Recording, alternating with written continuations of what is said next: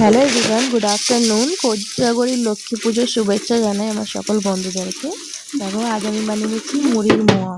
তার জন্য মুড়ি নিয়ে নিয়েছি। দেখো মুড়িগুলো এরকম কুরকুরের মতনই হওয়া দরকার, নিমনো হলে হবে না। যদি নিমনো হয় মুড়িগুলো তাহলে একটু শুকনো কড়াই নেড়ে নেবে কিছুক্ষণের মতো লো ফ্লেমে, তাহলে ঠিক হয়ে যাবে। তারপরে মোয়াগুলো বানিয়ে নেবে, কেন মুড়িগুলো নিমনো হলে মোয়াগুলো কিন্তু ক্রিস্পি হবে না, ভালো লাগবে না। আমি মুড়ি নিয়ে নিয়েছি 250 গ্রামের মতন, আর এখানে আমি গুড় নিয়ে নিয়েছি, আখের গুড় আর বেলি গুড়, দুটো মিলিয়ে আমি দু রকম গুড় মিলিয়ে 150 গ্রামের মতন নিয়ে নিয়েছি। 150 গ্রামের থেকে একটু কম।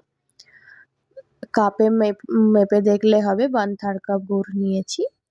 নিয়ে ভালো করে আমি একটু কড়াতে এরকম গালিয়ে নেবো। এটা অল্প একটু জল দিয়েছি, জল না দিলেও চলবে। আমি 1 টেবিল স্পুনের মতন দিয়েছি। অল্প একটু জল দিতে হবে, বেশি জল দিলে কিন্তু পাতলা হয়ে যাবে। আমি মিডিয়াম ফ্লেমে গুড়টাকে গালিয়ে নেবো, এরকম ছিট আসা অবধি আমি গালিয়ে নেবো। তাও খুন্তি করে আমি দেখাচ্ছি, এইভাবে দেখতে হবে। এরকম দেখো একটু সরু সুতোর মতন পড়বে, তখন মানে বোঝা যাবে হয়ে গেছে পারফেক্ট গালানোটা। দেখো চিট এসে গেছে, এরকম হয়ে গেছে। এবার এই দেখো কি সুন্দর চিট হয়ে গেছে। এবার আমি মুড়িগুলোকে দিয়ে দেবো। 250 গ্রামের মতন মুড়ি নিয়েছি, আগেই বললাম। আমি দিয়ে দিচ্ছি, দিয়ে ভালো করে এবার মিক্স করাতে হবে। এই কাজটা খুব তাড়াতাড়ি করতে হবে, ফ্লেমটা অন থাকবে, এরকম অবস্থায় আমি মেশাবো।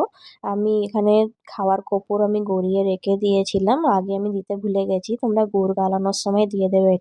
এটা দিলে ফ্লেভারটা একটু ভালো আসে, খুব সুন্দর লাগে। দেখো হয়ে গেছে আমার রেডি, নামিয়ে নিলাম গ্যাস থেকে। এবার পাকিয়ে নেবো, মোয়ার শেপ দিয়ে দেবো। গরম গরমেতে এটা পাকিয়ে নিতে হবে, তবে গরম গরম করলেই তবে ভালো লাগে। মোয়ার শেপটা গরম গরম দিলে, নালে ঠান্ডা হয়ে গেলে সেই এক জায়গায় বসে যাবে, জমাট পাকিয়ে যাবে। ওই জন্যে আমি গরম গরমই মোয়া করে নিচ্ছি তৈরি।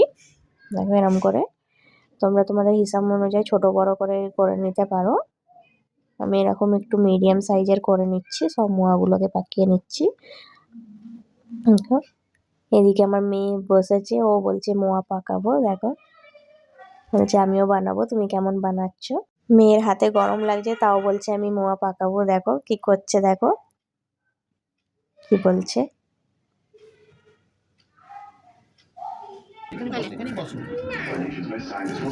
আমার মেয়ে পাকাচ্ছে মোয়া, দেখে নাও কেমন করে পাকাবো মোয়া।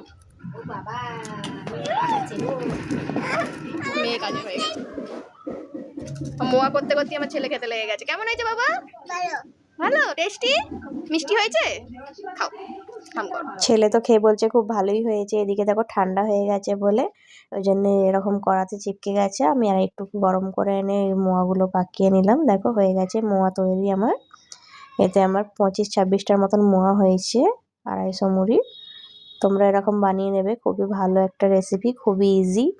দেখো কতটা দেখো মুচমুচে হয়েছে, দেখো কি সুন্দর হয়েছে, পারফেক্ট